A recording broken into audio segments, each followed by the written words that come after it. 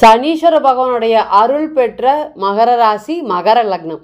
யாருக்குமே பயப்படாத ராசி, தனியாக நின்று போராடி ஜெயிச்ச ராசி. எனக்கு யாருமே உதவி பண்ணலை, எந்த ஒரு விஷயத்தையுமே அடுத்தவங்களுக்காக நம்பி அடுத்தவங்க பார்த்து அடுத்தவங்க பண்ணணும்னு நான் நினைக்கவே மாட்டேன். எனக்கு என்ன தோணுதோ அதை செஞ்சுட்டே போயிட்டே இருப்பேன் அப்படின்னு சொல்லக்கூடிய ராசி. இந்த ராசியில் பிறந்தனாலேயே கர்மகாரகனுடைய சனீஸ்வர பகவானுடைய அருள் பெற்றதுனால எல்லாமே தடங்களாக தான் கிடக்குது. எந்த விஷயம் நடந்தாலுமே பார்த்திங்கன்னா நிறைய அழுத்தம் கொடுத்ததுக்கு அப்புறம் தான் நடக்குது. ஒரு சுமூகமாக ஒரு விஷயம் எனக்கு நடந்தது அப்படிங்கிறது சரித்திரமே இல்லை. ஆனால் நடந்ததுக்கப்புறம் மற்றவங்களை கம்பேர் பண்ணும்போது எல்லா விதத்துலையும் எனக்கு சிறப்பானது தரமானதாக கிடைக்கும். அதனால தான் இந்த மகர ராசியில் பிறந்திருக்கீங்க. இந்த ராசியை பிறக்கிறதுனால சனீஸ்வர பகவான் பார்த்திங்கன்னா ஆட்சி பலம் பெற்று குரு நீசமாய் செவ்வாய் உச்சமடைகிறார். 3 விதமான குணங்கள் இந்த ராசியை பொறுத்தவரை உங்ககிட்ட இருக்குது. ஒரு நாள் பார்த்திங்கன்னா தைரியம் தன்னம்பிக்கை ரொம்ப அதிகமாக இருக்கும். ஒரு நாள் எதுக்கடா நம்ம வாழ்கிறோம் அப்படிங்கிற மாதிரி இருக்கும். குரு நீசம், என்றைக்குமே கவலைப்பட்டுட்டே இருக்கிற மாதிரி ஒரு சூழ்நிலைகள். ரொம்ப உஷாராக எல்லாம் போயிட்டோமோ, முன்னேறாமல் போயிட்டோமோ, வாழ்க்கையில் நிறைய சந்தர்ப்பங்கள் வந்துச்சு, அதை எல்லாமே பயன்படுத்தாமல் போயிட்டோமோ அப்படிங்கிற எண்ணங்களும் மனக்கவலைகளும் அதிகமாக இருக்கக்கூடிய ராசி. இன்றைக்கி இந்த ராசியை பொறுத்தவரை என் பெண்களாக இருக்கட்டும் ஆண்களாக இருக்கட்டும், கண்ணை மூடிட்டு ஒரு விஷயம் வேலை வேலை வேலை 24 மணி நேரத்தில் 20 மணி நேரமும் வேலை செய்யக்கூடிய நபர்கள். இந்த வேலையினால் சாப்பாடு சரியாக சாப்பிடாம இந்த டீயே குடிச்சிட்டு வேலை செய்கிறது, தண்ணியே குடிச்சிட்டு வேலை செய்கிறது, வேலையை தவிர்த்து வாழ்க்கையில் எதுன்னே எனக்கு தெரியல அப்படின்னா இந்த இடத்துல பார்த்திங்கன்னா இந்த ராசியில் நிச்சயமாக சொல்லலாம். இங்கே லக்னத்தில் இருக்கும், இல்லைன்னா சந்திரன் நிற்பாங்க. அந்த அளவுக்கு என்றைக்குமே வேலைக்கு முக்கியத்துவம் கொடுக்கறதுனால வெளியே என்ன ஆகுது ஏது ஆகுது அப்படின்னு தெரியாத ராசியாகவும் இந்த ராசி மாட்டிட்டாங்க. நிறைய விஷயங்கள் சனீஸ்வர பகவானை பொறுத்த வரையும் அள்ளி கொடுப்பாரு. இந்த ராசியை பொறுத்த வரையும் அவர் தான் 2ஆம் அதிபதியும் இருக்காரு. ஜாதகருக்கு பணம் வேணும்னாலும் சனீஸ்வர பகவான் தான், ஜாதகர் நல்லா இருக்கணும்னு நினச்சாலும் சனீஸ்வர பகவான் தான். அப்போ சனிங்கிற கிரகம் இந்த ராசியை பொறுத்தவரை ரொம்பவே நல்லா இருக்கணும். அப்படி இல்லாதவங்க எல்லாருமே ஒரு பயத்தை காட்டிட்டு போயிட்டார். இன்றைக்கெல்லாம் பார்த்திங்கன்னா ராகு 2ஆம் இடத்துல. என்ன பேசினாலுமே மற்றவங்க சண்டைக்கு வராங்க, என்ன சொன்னாலுமே மற்றவங்க சண்டைக்கு வராங்க. இன்னும் மற்றவங்க அடிச்சுட்டு போன விஷயங்கள், எங்கிட்டேருந்து எடுத்துகிட்டு போன விஷயங்கள் சொல்லவே முடியாதுங்க. அந்த அளவுக்கு ஒரு சலிப்பு வருது, ஒரு பதட்டமான சூழ்நிலைகளை கொடுக்கு. சனீஸ்வர பகவான் நீதிமான் தான். நாங்கள்லாம் கஷ்டப்பட்டுட்ருக்குறோம், எங்ககிட்டேருந்து வாங்கிட்டு போனவங்க, திருடிட்டு போனவங்க, எங்களை சார்ந்து பிழைச்சவங்களே இன்றைக்கி நல்லா பிழைக்கிறாங்க, என்னமோ அவங்களுக்கு தான் வாழ்வாட்டிருக்கு, எங்களுக்கு வாழ்வில்லை அப்படின்னு இன்றைக்கி புலம்பக்கூடிய ஒரு பலன்கள் தான் மகர ராசி மற்றும் மகர லக்னத்துக்கு இருக்குது. பொறுமை, நிதானம், சுறுசுறுப்பு, வேலையை தவிர்த்து வேறு எந்த விஷயமே செய்யறதில்ல. இது மாதிரி எல்லாமே வாழ்க்கையில் வேலை வேலை தொழில் அப்படின்னு ஓடிட்டு இருக்கக்கூடிய நபர்கள். இன்னும் பெண்கள் பாருங்கள், இந்த ராசியில் பிறக்கக்கூடிய ஆண்களாக இருக்கட்டும் பெண்களாக இருக்கட்டும், வீட்டு வேலையை வேலைக்கே போகலினாலுமே வீட்டு வேலையை திறமையாக செஞ்சுவாங்க. அதே போல் ஒரு துணி இருந்தால் அதை துவைக்காம விட மாட்டாங்க. எப்போவுமே எல்லா விதத்துலேயும் நீட்டாக வச்சுக்கோங்க. பொருளை இடமாற்றி சுத்தம் பண்ணிகிட்டே இருப்பாங்க. இந்த ராசியை பொறுத்தவரையும் வேலை அப்படிங்கிறது முன்னிறுத்தி மற்றவங்க எல்லாமே அதை எவ்வளோ சம்பளம் வாங்கட்டுங்க, என்ன சம்பளம் வாங்கட்டும் கம்மி, ஆனால் வேலை அப்படின்னா வேலைங்க அது அப்படிங்கிறத ரொம்ப தெளிவாக இருப்பாங்க. இன்றைக்கெல்லாம் பார்த்திங்கன்னா சனீஸ்வர பகவான் ஜென்ம சனி காலங்கள் மாதிரி ஒரு தொந்தரவுகள் கொடுக்குது. இன்றைக்குமே சனீஸ்வர பகவான் 3ல் வக்ரம் பெறார். என்னுடைய முயற்சி பயனளிக்க மாட்டேங்குது, எல்லாரும் என்னை பார்த்திங்கன்னா ஏதாவது ஒன்று சொல்லி ஏமாற்றம் பண்ணிட்டு போயிடுறாங்க, அவமானப்படுத்துகிறாங்க, வாழ்க்கையில் அவங்களுக்கு வாழ்வை பாருங்க அப்படிங்கிற மாதிரி பேசுகிறாங்க. இன்றைக்குமே உங்ககிட்ட பண பிரச்சனை அப்படின்னா யாரும் நம்புற மாதிரி ஒரு சூழ்நிலைகளை இன்னைக்கெல்லாம் ராசியாதிபதி லக்னாதிபதினு சொல்லக்கூடிய சனீஸ்வர பகவான் வக்ரம் அடைஞ்சிருக்காரு. அப்போ மற்றவங்க கண்ணுக்கு நீங்கள் எப்படி தெரிவிங்க? ரொம்ப பிடிவாதமாக திமிரு பிடிச்சவனா தெரிவிங்க. இவன் திமிரு பிடிச்சவன் அப்படிங்கிற பட்டங்கள் நிறைய கிடச்சிட்டு இருக்குது இந்த மகர ராசிக்கு. ஆனால் உண்மை என்ன அப்படின்னு கேட்டிங்கன்னா இன்றைக்குமே மன அழுத்தம் அதிகமாக இருக்கக்கூடிய ராசி நம்ம மகரம். 3 கிரகங்கள் தங்களுடைய ஆளுமையை செலுத்தும் போது தெளிவு அப்படிங்கிறது இருக்கவே இருக்காதுங்க. நல்லா முன்னேறிட்டு இருப்பீங்க, யாராவது ஒருத்தர் ஏதாவது சொல்லி அதை திருப்பி விட்டுருவாங்க.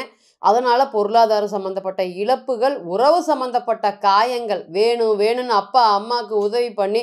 இந்த ராசிக்கு 7ஆம் வீடு பாருங்கள் கடகத்தை குறிக்கும். இப்போ கடகத்துக்கு இணையான தாய் அன்பு மகரத்துக்கிட்ட இருக்குது. அப்போ மகரம் பொறுத்தவரையும் பார்த்திங்கன்னா அம்மா வேணும்னு தெரியாமல் அப்பாவுக்கு பணம் கொடுக்கறது, அப்பா வேணும்னு தெரியாமல் அம்மாவுக்கு பணம் கொடுக்கறது, சம்சாரத்துக்கு தெரியாமல் அப்பா அம்மாவை பார்த்துக்கிறது, இது எல்லாம் தான் வாழ்க்கையில் மகரம் கற்றுக்கிட்டு தவிர்த்து தொழிலில் என்ன பண்ணலாம் அல்லது பணத்தை எப்படி சேமிக்கலாம் அப்படிங்கிற விஷயத்தை கற்றுக்காமல் போயிட்டாங்க. நிறையா பேர் கற்றுக்கிட்டாலும் அதை நான் பார்த்திங்கன்னா இம்ப்ளிமெண்ட் பண்ணவே இல்லைங்க, அதை பிரயோஜனப்படுத்தவே இல்லைங்க அப்படின்னு சொல்கிற மாதிரியான பலன்கள் தான். இன்றைக்குமே ராசியாதிபதி வக்ரம் பிடிவாதமாக இருக்கீங்க, ஒரு விஷயத்தை நடத்தி காட்டணும், இவங்க முன்னாடி ஜெயிச்சு காட்டணும் அப்படிங்கிற பிடிவாதமாக இருக்கீங்க. இது எல்லாமே நடக்குமா? நடக்கிறதுக்கு உண்டான பலன்களை ஏற்படுத்தி கொடுக்குமா? 3ஆம் அதிபதி 6ஆம் இடத்துல இருக்காரு. முயற்சி ஸ்தானம் பலம் பெறுவான். இந்த சூழ்நிலையில் வந்து பார்த்திங்கன்னா கடகத்தில் இருக்கக்கூடிய சந்திரனுடைய வீட்டுக்கு 7ஆம் வீடாக பிறந்த ராசியில் பிறந்த நீங்கள் இன்னைக்கு குரு சுக்கிரனுடைய கிரக சேர்க்கைகள் ராசிக்கு 6ஆம் இடத்துல அமைஞ்சிருக்கக்கூடிய பலன்கள் எப்படி இருக்க போகுது? இந்த ராசியை பொறுத்தவரையும் யோகாதிபதி சுக்கிரன் தன்னுடைய வீட்டுக்கு 2ஆம் இடத்துல இருக்கக்கூடிய பலன்கள் எப்படி இருக்க போகுது? இந்த வருடத்திற்கு ஒரு முறை மட்டுமே இந்த குரு மற்றும் சுக்கிரனுடைய இணைவு இருக்க போகுது. இதனால என்ன முன்னேற்றம்? இந்த கோச்சாரம் என்ன கொடுக்கறதுக்கு காத்துட்டு இருக்கு? பொருளாதாரம் சார்ந்த வளர்ச்சிகளை கொடுக்குமா? முன்னேறிட்டு போயிட்டே இருக்கணும்னு நினைக்கிறேன். ஆனால் வக்ரமாக இருக்குது. எவ்வளோ அடிங்க ஓங்கி அடித்து உட்கார வச்சுருவார் சனீஸ்வரர் பகவான். அந்த அளவுக்கு உண்டான பலன்கள் தான் இன்றைக்கி நடந்துட்டுருக்கு. இன்றைக்குமே நீங்கள் கஷ்டப்படுறத வெளியே சொன்னாலுமே இவனுக்கு என்ன இவன் ஜம்முன்னு வாழ்ந்துட்டு இருக்கிறான்ப்பா அப்படிங்கிற மாதிரி தான் வெளியே இன்றைக்கி உங்களையே பேசிகிட்டு இருக்காங்க. இந்த சூழ்நிலையில் இந்த குரு சுக்கிரனுடைய இணைவு இது வருடத்திற்கு ஒரு மாதம் மட்டுமே இந்த குரு மாதக்கோள் அப்படிங்கிற கிரகத்தோட சேர்ந்திருக்கிறதுனால சுக்கிரனோடு சேர்ந்திருக்கக்கூடிய குரு இந்த கிரக சேர்க்கைகள் ஒரு பெரிய யோகத்தை கொடுக்கக்கூடிய கிரக சேர்க்கைகள். காலபுருஷனுக்கு 2ஆம் அதிபதி, காலபுருஷனுக்கு 9ஆம் அதிபதி, இது 2 பேரும் சேர்ந்து நல்ல ஒரு யோகத்தில் இருக்கக்கூடிய இந்த பலன்களை ஃபஸ்ட்டு என்ன அப்படின்னு கேட்டிங்கன்னா கடன் கடன் கடன் கடன்னு மகரத்தை பொறுத்தவரை என்ன கடன் ஆச்சு ஏது கடன் ஆச்சுன்னு தெரியாமையே கடனை கொண்டு வந்து தள்ளிடுவார் சனீஸ்வர பகவான். இங்கே சனீஸ்வர பகவான் அப்படி இருக்கனால இந்த வேலைக்கு இந்த பணம் தான் கொடுக்கணும், இந்த வேலைக்கு இவ்வளோதான் செய்யணும் அப்படிங்கிற சின்ன விஷயங்களுக்கு கூட தெரியாமல் எல்லாரையும் நம்பி பணம் கொடுக்கறது, இந்த வேலை சம்மந்தப்பட்ட விஷயத்தில் இருக்கக்கூடிய பிரச்சனைகள் பாதிப்புகள், இந்த வேலையில் இருக்கக்கூடிய வேலை செய்ய இடத்துல பணத்தை கொடுத்துருக்கேன் அந்த பணத்தை என்னால் வாங்கவே முடியல அப்படின்னு வருத்தப்பட்டுட்டு இருந்த உங்களுக்கு இனி இந்த பிரச்சனைகள்லாம் தீரப்போகுது. 2வது அப்படிங்கும்போது பார்த்திங்கன்னா வேலை சம்மந்தப்பட்ட இடத்துல எனக்கு ரெகக்னைசேஷன் அங்கீகாரம் அப்படிங்கிறது கிடைக்க மாட்டேங்குது, தொழிலில் நஷ்டமாகுது, படிப்புக்கு ஏற்ற வேலை கிடைக்கவே மாட்டேங்குது, நோய் தீர்வாக மாட்டேங்குது, இந்த மாதிரி பல கேள்விகள் இன்றைக்கி புலம்பக்கூடிய ஒரு சூழ்நிலை இருக்குது. இனிமேல் சம்மந்தப்பட்ட அனைத்து விஷயங்களும் நோய் சம்மந்தப்பட்ட அனைத்து விஷயங்களும் தீர்வு அப்படிங்கிற ஒரு நோக்கி போகும். 2வது திருமண வாழ்க்கை தான். மகரத்தை பொறுத்தவரையும் வந்து பார்த்திங்கன்னா இந்த கடகத்தில் இருக்கக்கூடிய வீடு 2 நாள் இருக்க சந்திரன். அப்போ பார்த்திங்கன்னா வாழ்க்கையில் ஸ்டெபிலிட்டி அப்படிங்கிறது ரொம்பவே கஷ்டமாக இருக்கும். இந்த குழந்தைகளால் வந்து பார்த்திங்கன்னா கஷ்டம். என்னுடைய பெற்றோர்களால் கூட பிரச்சனை இல்லை, என்னுடைய குழந்தைகளால் எனக்கு பிரச்சனைகள், அவங்கள பண்ணி வச்சுட்டக்கூடிய விஷயங்கள் அனைத்துமே எனக்கு தீர்வாகாமல் நிறைய பிரச்சனைகளை தாண்டிகிட்டே இருக்கேன், தொடர்ந்து போராடிட்டே இருக்கேன் அப்படின்னு சொல்லக்கூடிய நபர்களுக்கு அனைவருக்குமே இனி வரக்கூடிய காலங்கள் இது சார்ந்த விஷயத்தில் இருக்கக்கூடிய பிரச்சனைகள் பாதிப்புகள் எல்லாமே விலக போகுது. அதே போல் குலதெய்வத்தோடைய அனுகிரகம், பிரசித்தி பெற்ற ஆலயத்துக்கு செல்வது, அதே போல் பூர்வீக சம்மந்தப்பட்ட விஷயத்தில் வந்து பார்த்திங்கன்னா கோர்ட்டு கேஸுன்னு ஃபேஸ் பண்ணிகிட்ருக்கிறேன், அந்த ப்ராப்ளம் எல்லாம் சால்வ் ஆகுமா? அரசாங்கம் 5ஆம் இடம்ங்கிறது அரசாங்கம் தான், பதவி கௌரவமாக வாழ்கிறது. அப்போ ஏற்கனவே நான் ஒரு பதவியில் இருக்கேன், அந்த பதவியிலேருந்து அடுத்தது போகிறதுக்கு நான் முயற்சி பண்ணிகிட்ருக்கேன் அப்படின்னு நினைக்கக்கூடிய நபர்களுக்கு அனைவருக்குமே இந்த கோச்சாரம் வந்து பார்த்திங்கன்னா நல்ல ஒரு ஃபேவரபுளாக இருக்கும். அதே போல் உறவு பந்தம் பாசம் இதெல்லாம் நோக்கி ஓடிட்டு இருந்தக்கூடிய மகரம் இனி கும்பத்து மாதிரி. ஏன் கும்பம் அப்படிங்கிற கும்ப சனீஸ்வர பகவானுடைய வீடு. உங்களுடைய வீட்டிலேயே 2 குழந்தைங்க இருக்கட்டும் பாருங்கள், ஒன்று மகர ராசியில் பிறந்தாலும் கும்பராசியில் பிறந்தாலும் 2மே சனீஸ்வர பகவான் வீடு தான். ஆனால் கும்பத்தில் பிறக்கக்கூடிய குழந்தைங்க ரொம்ப அதிபயங்கர புத்திசாலிகளாக இருப்பாங்க. எந்த ஒரு விஷயத்தையுமே வந்து பார்த்திங்கன்னா யோசிக்கக்கூடிய திறன் வேறு மாதிரி இருக்கும். ஏன்னா காலபுருஷனுக்கு 11ஆம் அதிபதி அங்கே சனீஸ்வர பகவான் மூலத்திரிகோணம் பலம் பெறப்ப கும்பத்தை பொறுத்தவரை மகரம் கும்பம் 2ஐயும் கம்பேர் பண்ணும்போது கும்பம் ஸ்மார்ட் ஒர்க்குங்க. ஆனால் மகரம் ஹார்ட் ஒர்க் பண்ணியே வந்து வாழ்க்கையில் என் உடம்பு இப்படி வீணாக போனதுக்கு நான் பண்ண ஹார்ட் ஒர்க் தான் காரணம் அப்படின்னு புலம்பாத நாட்களே இல்லை. அதனால தான் இங்கே வந்து பார்த்திங்கன்னா 2 கிரகங்கள் தங்களுடைய ஆளுமையை குருவும் மற்றும் செவ்வாய் தங்களுடைய ஆளுமையை செலுத்துது. மகரம் கம்பேர் பண்ணும்போது கும்பம் ஜெயிச்சுட்டு போகுது. ஆனால் கடைசியில் நல்ல ஒரு ஒளிமயமான எதிர்காலம் மகரத்துக்கு இருக்கா அப்படின்னு கேட்டிங்கன்னா எஸ் நிச்சயமாக இருக்குது, அதில் எந்த மாற்றம் இல்லை. ஆனால் இந்த ராசியை பொறுத்தவரையும் இன்றைக்கி 2ஆம் இடத்துல இருக்கிறனால சற்றே பொருளாதாரத்தில் ராகு 2ஆம் இடத்தோடு சம்மந்தப்படுறதுனால பொருளாதாரத்தில் பின்தங்கி இருக்கக்கூடிய நிலையில் ஒரு சூழ்நிலையில் இருக்காங்க. 2 பேர் அண்ணன் தம்பியாக இருக்கட்டும், அக்கா தம்பியாக இருக்கட்டும், அக்கா தங்கச்சியாக இருக்கட்டும், ஒரு மகரம் ஒரு கும்பம் இருக்கும்போது கும்பம் அப்படியே ஜெயிச்சுட்டு போகிறதும் மகரம் அப்படியே ஒரே இடத்துல இருக்கிறதையும் நிச்சயமாக பார்க்க முடியும்.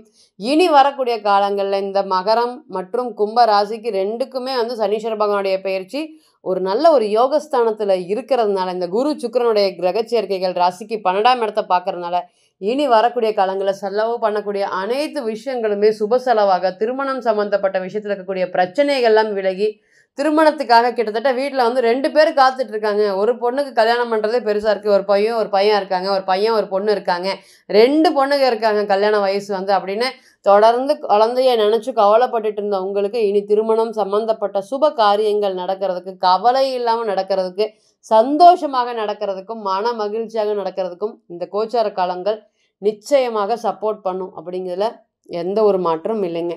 இப்போ நீங்கள் கேட்டுருந்துட்டு இருந்த அனைத்துமே கோச்சார பலன்கள் தான்.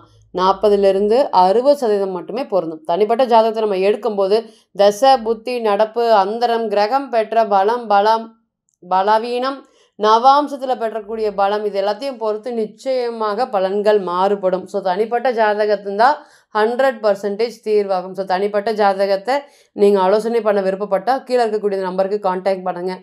நான் வணங்கக்கூடிய நரசிம்மர் உங்கள் எல்லோருக்குமே நல்ல வளமான வாழ்க்கையை ஏற்படுத்தர நான் நிச்சயமாக பிரார்த்தனை பண்ணிக்கிறேன். மீண்டும் ஒரு பதிவில் உங்களெல்லாம் சந்திக்கும் வரை உங்களிடமிருந்து விடை பெறுவது உங்கள் அஸ்ட்ரோ புவனேஸ்வரி. நன்றி, வணக்கம்.